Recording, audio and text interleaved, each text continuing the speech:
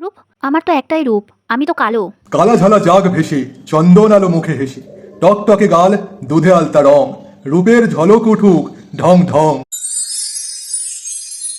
এ কি এ কি করে সম্ভব?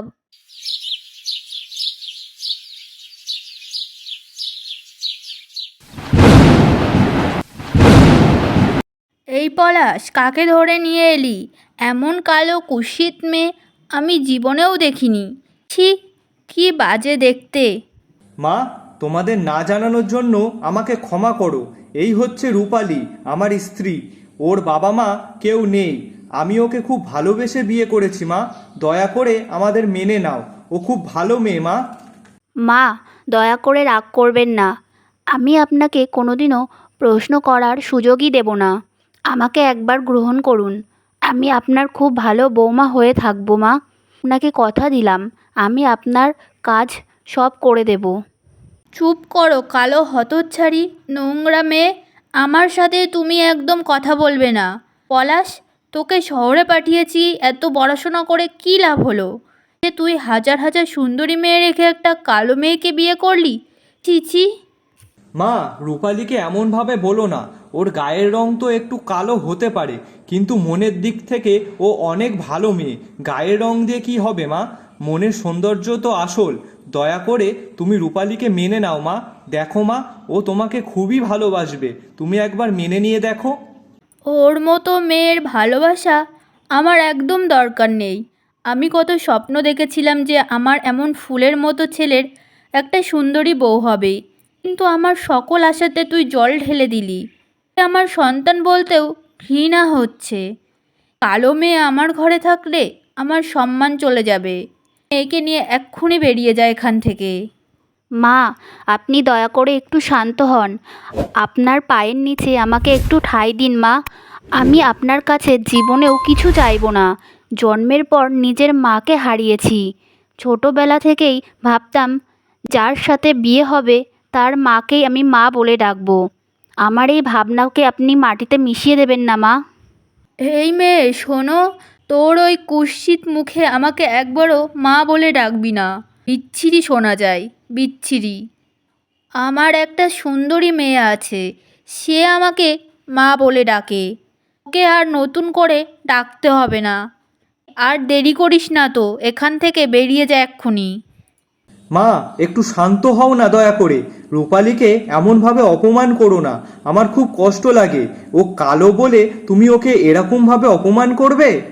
বাবা, বিয়ে হতে না হতেই দেখা যাচ্ছে বউয়ের আঁচল ধরে আছিস।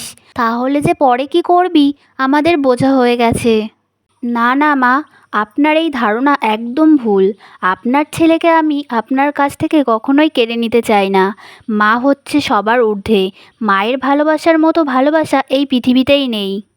এই থাম, তোর ওই মুখে জ্ঞান দেওয়া লাগবে না। তুই কে রে আমাকে শেখাতে আসছিস? পলাশের ভালোবাসা নিয়ে আমার কোনো সমস্যা নেই, সমস্যা তো ওকে নিয়ে। মা, তুমি এমন করো না। রূপালী যা বলছে সেটা ঠিকই বলছে। ও তোমাকে সম্মান করছে। ওর কথাগুলো বোঝার চেষ্টা করো। বোঝার কি আছে, সব তো দেখাই যাচ্ছে। নতুন বউ এসে মাকে জ্ঞান দিচ্ছে। বাবা, তুই তো দেখছি এখন বউয়ের বাধ্য স্বামী হয়ে গেলি। আমাদের কথা কি আর শুনবি? দিদি, আপনি ভুল বুঝছেন। আমি মাকে কখনো জ্ঞান দিচ্ছি না, শুধু আমার মনের কথাটা বলছি। আর পলাশ আপনার ছেলে, সে সবসময় আপনার পাশেই থাকবে। একজন স্ত্রী হিসাবে আমি শুধু ওর পাশে থাকতে চাই, ওর পরিবারকে দূরে ঠেলে দিতে চাই না। ব্যাস, যথেষ্ট হয়েছে। তোর মতো বেহায়া মেয়ে আমি জীবনেও দেখিনি। মুখের ওপর কথা বলিস। তোর কি মনে হয় তুই এইভাবে কথা বললে আমার মন জয় করে নিবি? এই কালো মুখ নিয়ে আমার বাড়িতে এক মুহূর্তও থাকতে দেব না। পলাশ, তুই যদি এই মেয়েকে নিয়ে এক্ষুনি না যাস তাহলে আমি এই মুহূর্তেই বাড়ি ছেড়ে চলে যাব। মা, এসব কি বলছো তুমি? এমন কথা বলতে পারো না। রূপালী, তুমি চিন্তা করো না।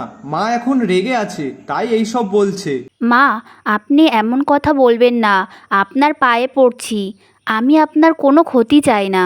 আমি জানি আপনি এখন খুব কষ্ট পাচ্ছেন, কিন্তু আমি আপনাকে বিশ্বাস করাতে চাই যে আমি আপনার জন্য কোনোদিনও খারাপ কিছু করব না। নাটক হচ্ছে, কি দারুণ নাটক হচ্ছে। এতক্ষণে আসল রূপ বেরোচ্ছে। মিষ্টি মিষ্টি কথা বলে সবাইকে বোকা বানানোর চেষ্টা করছো। সোহিনী, তুই থামবি? এই পরিস্থিতিটা আরো খারাপ করিস না। মা, তুমি বোঝো, রূপালী আমার স্ত্রী, ওকে আমি ছাড়তে পারবো না। আর তুমি যদি ওকে না মানো তাহলে আমারও উপায় নেই আর। তার মানে তুই আমাকে ছেড়ে ওই কালো মেয়েকে বেছে নিবি? আজ তোর কাছ তো তোর মায়ের চেয়ে ওই কুৎসিত মেয়েটা বেশি গুরুত্বপূর্ণ। তোর মতো কুলাঙ্গার ছেলে মুখ দেখতেও আমার ঘেন্না হচ্ছে। বেরিয়ে যা, বেরিয়ে যা আমার বাড়ি থেকে। তোকে আর এই মেয়ের মুখ আমি দেখতে চাই না। মা, আপনার কষ্টটা আমি বুঝতে পারছি, কিন্তু দয়া করে আমাদের একটা সুযোগ দিন। একটা দিন অন্তত আমাদের সাথে থাকুন। তারপর যদি আপনার মনে হয় আমি আপনার যোগ্য নই, তখন আপনি যা বলবেন আমি তাই শুনবো। আচ্ছা বেশ, তবে তাই হোক, কিন্তু একটা দিনের বিশেষ বাড়িতে আমি তোদেরকে দেখতে চাই না। এত চিন্তা করো না মা, আমি তো এখন এসেই গেছি। এখন সব সমস্যার সমাধান হয়ে যাবে। ওই কালো মেয়েটাকে কিভাবে তাড়াই তুমি শুধু দেখতে থাকো। আমি শ্বশুরবাড়িতে বলে এসেছি যে আমি বেশ কিছুদিন মায়ের কাছে থাকবো। তোমার অসুস্থতার কথা বলে এখানে এসেছি, না হলে তো শাশুড়ি মা জীবনেও এখানে আসতে দিত না। যাই হোক মা, তুমি আর চিন্তা করো না, এই কালো মেয়েটাকে আমি এবার দেখে নেব। আর এই হারটা নিয়ে কেন বসলি বল তো আমায়? তুই তো জানিস এই হারটা আমাদের পূর্বপুরুষের। আমার শাশুড়ি মা তার শাশুড়ি মাকে দিয়েছিলেন, আর আমার শাশুড়ি দিয়েছেন আমাকে। মৃত্যুর আগে তিনি বলেছিলেন যে আমাদের পলাশের যখন একটা বউ আসবে বাড়িতে, তাকে এই হারটা দিয়ে তুমি বরণ করে নিও। তিনি বলেছিলেন পলাশের জন্য একটা লাল টুকটুকে বউ এনো। এখন আমাদের পলাশ তো লাল টুকটুকের জায়গায় কয়লার মতো কালো একটা বউ নিয়ে এসেছে। ওকে আমি মরে গেলেও নিজের বৌমা বলে মেনে নেব না। এটাই আমার শেষ কথা। আসলে মা, একদমই ঠিক বলেছ। ওর মতো একটা মেয়েকে আমি নিজের ভাইয়ের বউ হিসাবে কখনোই মেনে নিতে পারবো না। আমাদের পলাশটা কত সুদর্শন, আর তার জায়গায় এই কালো মেয়েকে কত বেমানান দেখায়। যখন এখানে একবার এসেই পড়েছি মা, না বিদায় করে এখান থেকে এক পাও নড়ব না। এখানকার চোখে মন দিয়ে কিছু হয় না, সৌন্দর্যই সব কিছু। সৌন্দর্যটাকেই মানুষ দেখে। আমাদের সম্মান সব গেল এখন। আমার ছেলেটাকে টাকা পয়সা খরচ করে শহরে এত বড় জায়গায় পড়িয়েছি, এত পড়াশোনা করে কি চিন্তা করে জন্মালো যে সৌন্দর্যই কোনো কিছুই নয়, চরিত্রই সব। একটা কালো মেয়েকে এনে তো আমাদের সম্মান সব ডোবালো, আবার বড় বড় কথা বলে পলাশ। আমি কিছু জানি না রে সোহিনী, আমি কিছু জানি না। তুই যা করার করিস।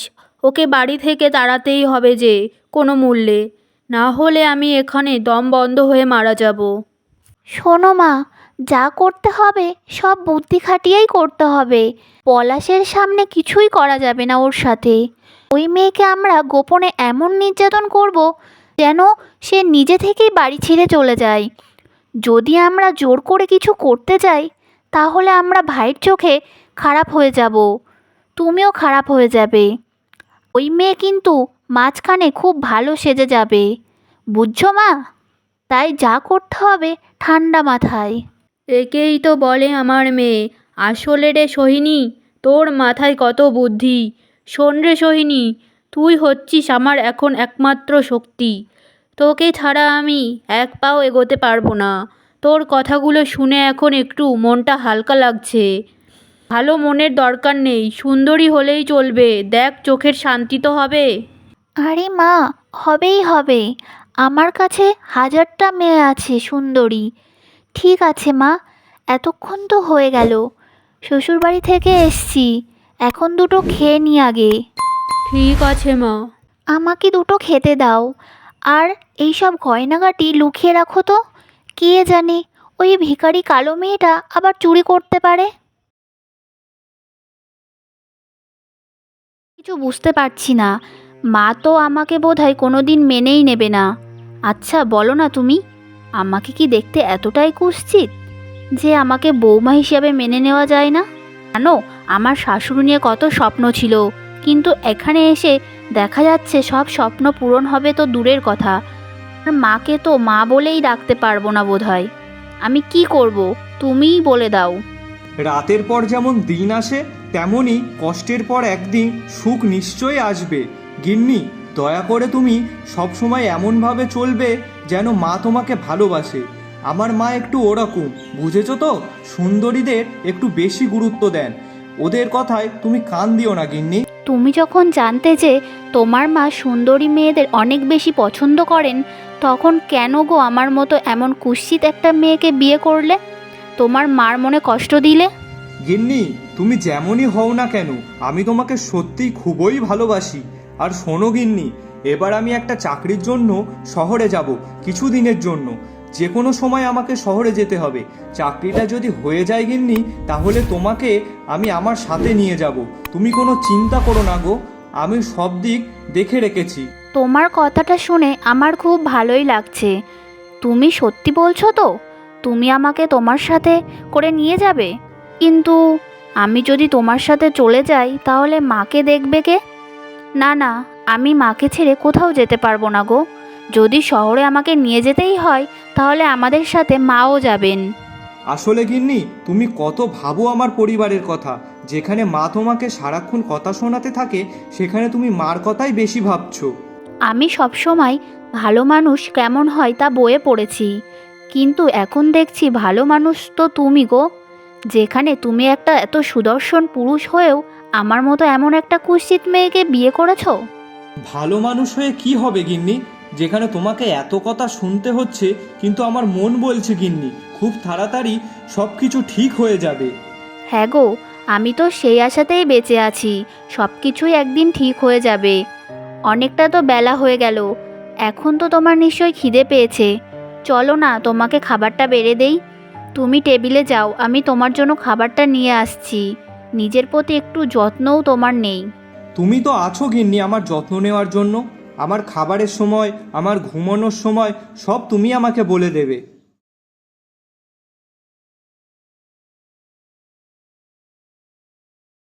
দেখ সোহিনী, দেখ এই অসভ্য মেয়েটার কাণ্ড দেখ। একদিন হয়েছে সংসারে এসে এখনও নিজের হাতে সব কিছু বুঝে নিচ্ছে। এর ভাবগতি আমার একদম সুবিধার ঠেকছে না। আমার ছেলেকে নিজের বশে নিয়েছে, এই সম্পত্তিও নিজের করতে চাই। বুঝছিস সোহিনী? সে কালী, তোর এই মনের আশা কোনোদিনও পূর্ণ হবে না। তোর কত বড় সাহস, তুই আমার রান্নাঘরে এসেছিস? মা, দিদি, আপনারা এসব কি বলছেন? আমি আপনাদের সম্পত্তি কেন নিতে চাইব? আমি চাই যেন এই সংসারে সবাই মিলেমিশে থাকি। আমি আপনাদের প্রিয় খাবারগুলো রান্না করেছিলাম, যেন ঘুম থেকে উঠে আপনাদের সেগুলো খাওয়াতে পারি। মা, বাড়ির বৌমা হিসাবে আমার তো রান্না করা উচিত, তাই না? বারবার নিজেকে যে এই বাড়ির বৌমা হিসেবে দাবি করছিস, এটা ভুলে গেছিস? তোকে কিন্তু আমরা কখনোই বৌমা হিসেবে মেনে নেইনি। ওর ঠাঁই আমাদের বাড়ির কাজের লোকের থেকেও নিচে থাকবে। তুই আমার আর আমার মায়ের প্রধান শত্রু। আমার ভাইকে তো বেশ বশ করেই দিয়েছিস, এখন আবার আমাদের পেছনে রান্না করে আমাদেরকে বশ করতে চাস? তোর এই আশা কোনোদিনও পূর্ণ হবে না। বিশ্বাস করুন দিদি, আপনি আমার সম্পর্কে যা ভাবছেন তা একটাও সঠিক নয়। আমি নিজেকে যতটা ভালোবাসি, আমার পরিবারকে এর থেকেও বেশি গুণ ভালোবাসি। আপনারা হচ্ছেন আমার পরিবার, আর পরিবারের খেয়াল রাখা তো আমার দায়িত্ব। পরিবার না ছাই আমার ঘরে আগুন জ্বালিয়ে আবার নিজেকে ভালো দাবি করছিস? আমার এরকম সুদর্শন ছেলেটাকে বশ করে আমার তো সর্বনাশই করে দিয়েছিস।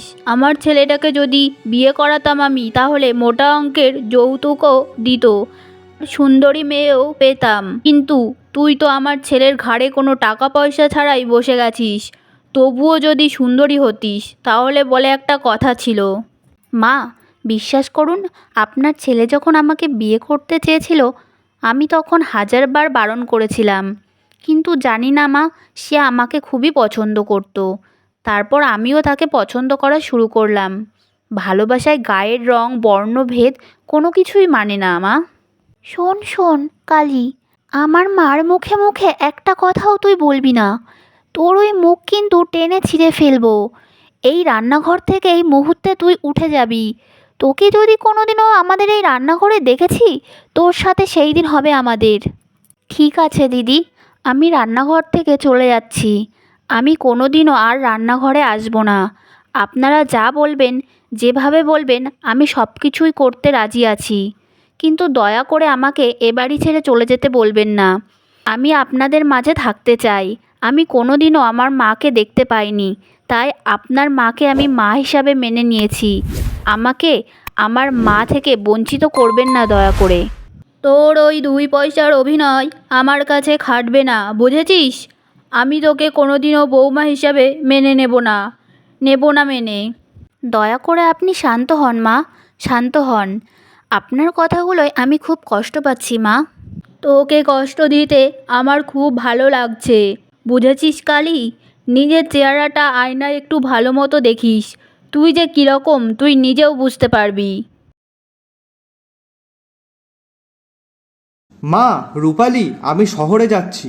তোমরা সবাই আমার জন্য প্রার্থনা করো যেন এবারের মতো একটা ভালো চাকরি পায়। আর তোমাদের কাছে আমার একটাই অনুরোধ, রূপালীকে কিছু বলো না। ওর তো তোমাদের ছাড়া আর কেউ নেই মা। শোন পলাশ, তুই বউকে নিয়ে খুব চিন্তা ভাবনা করিস সব সময়। এমন চিন্তা ভাবনা যদি আমাদের নিয়েও একটু করতিস তাহলে আমাদেরও খুব ভালো লাগতো। তোর বউকে আমরা কিছুই করব না, তুই নিশ্চিন্তে শহরে যা। আমি খুব তাড়াতাড়ি চলে আসবো রূপালী। তোমাকে মা আর দিদি কেউ কিছুই বলবে না, তুমি নিশ্চিন্তে থাকো রূপালী। না গো না, তুমি এসব কি কথা বলছো? আমি চিন্তা করব কিসের জন্য? তুমি শুধু সাবধানে থেকো ওখানে, আর ঠিকমতো খাবার দাবার খেও, আর চেষ্টা করো খুব তাড়াতাড়ি এখানে চলে আসার। তোমাকে ছাড়া আমার একদম ভালো লাগে না। বাবারই বাবা, আমার ভাই পলাশ তো দেখা যায় শাহজাহান আর তার স্ত্রী হচ্ছে মমতাজ। তোদের এই যাত্রাপালা রেখে এখন যদি শহরে যাস, তাড়াতাড়ি বেরিয়ে পড়। সময় কি তোর জন্য বসে রয়েছে? শহর থেকে এসে তারপর নিজের বউয়ের সাথে অনেক গল্প করিস। এখন যা যা, তাড়াতাড়ি যা। আর শোন পলাশ, নিজের বউকে নিয়ে এত চিন্তা করার কিছুই নেই। আমরা তাকে কিছুই বলবো না। যতই হোক সে আমার ছোট ভাইয়ের বউ, তাকে তো সম্মান দিতেই হবে নাকি? যাক, তোমাদের কথাগুলো শুনে অনেকটা মনটা হালকা লাগছে। আমি এখন নিশ্চিন্তে শহরে যেতে পারবো। তোমরা তাহলে ভালো থেকো, আমি এখনই রওনা দিচ্ছি। ঠিক আছে, তাহলে যা। কী রে কালী, তোর স্বামী তো চলেই গেল অবশেষে। এখন যে তোকেও বাড়ি ছেড়ে চলে যেতে হবে। দিদি, এটা আপনি কি কথা বলছেন? আমার স্বামীর সামনে আপনারা বলছেন যে আমার সাথে আপনারা কিছুই করবেন না, কিন্তু এখন আমাকে চলে যেতে বলছেন? আমার স্বামীর বাড়ি ছেড়ে আমি কোথায় যাব বলুন? আমার যে কেউ নেই। তোর কি আছে না আছে সেটা আমাদের দেখার বিষয় নয় রে কালী। তোকে আমার মা বলেছে এই বাড়ি ছেড়ে চলে যেতে। তুই এই বাড়ি ছেড়ে এখনই চলে যাবি? দিদি, আমি আপনাদের দুটো পায়ে পড়ছি, আমাকে এভাবে তাড়িয়ে দেবেন না। আমার স্বামী আমার জন্য খুবই চিন্তা করবেন। মা গো, ও মা, দয়া করে আপনার পায়ের নিচে একটু ঠাঁই দিন। এখন যদি পুরো পৃথিবীও তোর সঙ্গ দেয় তবুও আমরা তোর কোনো কথাই শুনবো না। তুই এই বাড়ি থেকে এখনই চলে যা। মা, দিদি, কেন এমন করছেন? আমার কি কোনো দোষ আছে? শুধু গায়ের রং কালো বলে আপনারা আমাকে এইভাবে কষ্ট দেবেন? আপনাদের কাছে একটাই প্রার্থনা করি, আমাকে এই বাড়ি থেকে তাড়িয়ে দেবেন না। আমি আপনাদের সেবায় জীবন উৎসর্গ করতে প্রস্তুত। তোর ওই মিষ্টি মিষ্টি কথা আর অভিনয় আমাদের কাছে চলবে না। তুই আমার ভাইকে নিজের বশে করেছিস, আর এখন নাটক করছিস। আমার মায়ের অনেক স্বপ্ন ছিল তার ছেলের জন্য একজন সুন্দরী বৌমা আসবে। তুই সব স্বপ্ন ভেঙে দিয়েছিস। এখন তুই চুপচাপ বেরিয়ে যা এখান থেকে, নয়তো আমরা জোর করে বের করে দেব। হ্যাঁ, সোহিনী ঠিকই বলেছে। তোর মতো কুৎসিত মেয়েকে এই বাড়িতে রেখে আমাদের সম্মান সব ধুলোয় মিশে যাবে। যা, এই মুহূর্তে বেরিয়ে যা এখান থেকে। মা, এত গোলমাল কিসের? কার এত কান্না শুনছি? কে আপনি? এই বাড়িতে কেন এসেছেন? আমরা কোনো ভিক্ষুককে ভিক্ষা দেই না। যান যান এখান থেকে। আমি ভিক্ষুক নই মা, আমি জানতে এলাম এত কান্নার কারণ কি? একটি মেয়ে এমনভাবে কাঁদছে কেন? কে আপনি? আমরা এই বাড়ির মালিক। কাকে রাখবো আর কাকে তাড়িয়ে দেব সেটা আমরাই ঠিক করব। আপনার এত কথা বলার কি আছে? এখান থেকে যান তো। আহা গো মা, কি হয়েছে তোমার? কেন এমন করে কাঁদছো? বাবা গো, এরা আমাকে বাড়ি থেকে তাড়িয়ে দিচ্ছে। আমার স্বামী শহরে গেছে, আমাকে কেউ মেনে নিচ্ছে না। আমার গায়ের রং কালো বলে আমাকে সবাই ঘৃণা করে। ও আচ্ছা, এই ব্যাপার। শুধু গায়ের রং কালো বলে এই মেয়েটিকে তোমরা তাড়িয়ে দিচ্ছ? তোমরা কি জানো গায়ের রং দিয়ে মানুষের বিচার হয় না? আসল সৌন্দর্য থাকে মানুষের মনে। দেখো বুড়ো, বেশি কথা বলো না। তোমাকে আমি চিনিও না। তোমার এত কথা শোনার সময় আমার নেই। তুমি নিজের চরকায় তেল দাও আর এই কালো মেয়েটিকে নিয়ে এক্ষুনি এখান থেকে বিদায় হও। ঠিক বলেছ মা, এই বুড়ি নিশ্চয়ই এই কালো মেয়েরই কোনো আত্মীয়। দুজনেই সমান। তোমরা কি জানো রূপ কি আর আসল রূপের মাহাত্ম্য কি? তোমরা তো শুধুই বাহ্যিক রূপ দেখেছো, কিন্তু ভেতরের রূপের খবর কেউ রাখো? অনেক হয়েছে বুড়ো, এবার থামো। আর এক মুহূর্ত আমি তোমার কথা শুনতে চাই না। মা, তুমি কি চাও? তুমি কি তোমার আসল রূপে ফিরে আসতে চাও, যে রূপে সবাই তোমাকে ভালোবাসবে? আমার আসল রূপ? আমার তো একটাই রূপ, আমি তো কালো। সবাই যে রূপে জন্ম নেয় সেটাই তার আসল রূপ নয় মা। আসল রূপ সেই যা তোমার ভিতরে লুকোনো আছে। তুমি কি প্রস্তুত? কালা ঝালা জাগ ভেসে, চন্দন আলো মুখে হেসে, টকটকে গাল, দুধে আলতা রং, রূপের ঝলক উঠুক ঢং ঢং। এ কি করে সম্ভব? রূপালি? এ কি রূপালি? হ্যাঁ, এই রূপালী, যে রূপ তোমরা অস্বীকার করেছিলে। তোমাদের বিচার শুধুমাত্র বাহ্যিক রূপের উপর ছিল, কিন্তু এখন এই রূপালীকে কি তোমরা মেনে নেবে? মা, মা রে, আমাকে ক্ষমা করে দে মা। আমি কত বড় ভুল করেছি। আমি তোর এই রূপ দেখে বিচার করিনি। আমি তো তোর মনের রূপ দেখতে পাইনি। আমাকে ক্ষমা করে দে মা। রূপালি, তুই আমাকে ক্ষমা করে দিস। আমি তোকে কত অপমান করেছি। মনে রেখো, আসল রূপ কখনোই বাইরে থাকে না, তা থাকে মানুষের অন্তরে। মানুষের মনই আসল সৌন্দর্যের উৎস।